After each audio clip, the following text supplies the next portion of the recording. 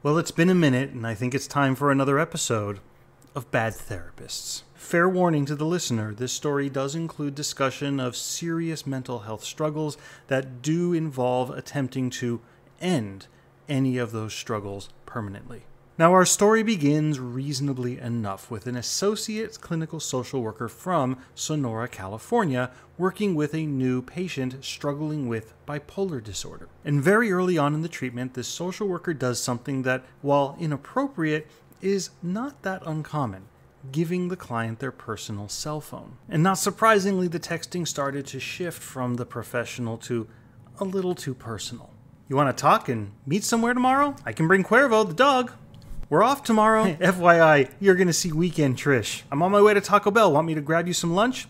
Have you eaten? I love you. Think about how it feels when I hug you. The two would start to meet at the park and hug, and while, again, hugging on its own might not be inappropriate, I think you can start to see the problem here. The therapist would even go and pick up the client's medications from a friend and bring it to the client after hours in that park, which especially became a problem when the client overdosed on those same medications. And when the client survived and shared that with the therapist simply replied, "That makes me sad," and did not follow up. They didn't create a crisis plan. They didn't create some space to support the client. They just shared that they were sad about it.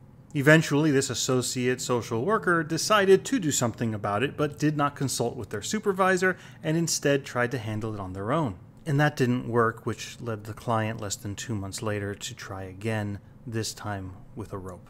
And this associate did not learn their lesson. They once again did not consult with a supervisor, did not create a safety plan for the client, did not ensure that the client would have the resources they need to work through the deep despair that they were experiencing. Because providing your personal cell phone and just acting as a friend is not the level of competence required, and therefore falls under what is considered gross negligence.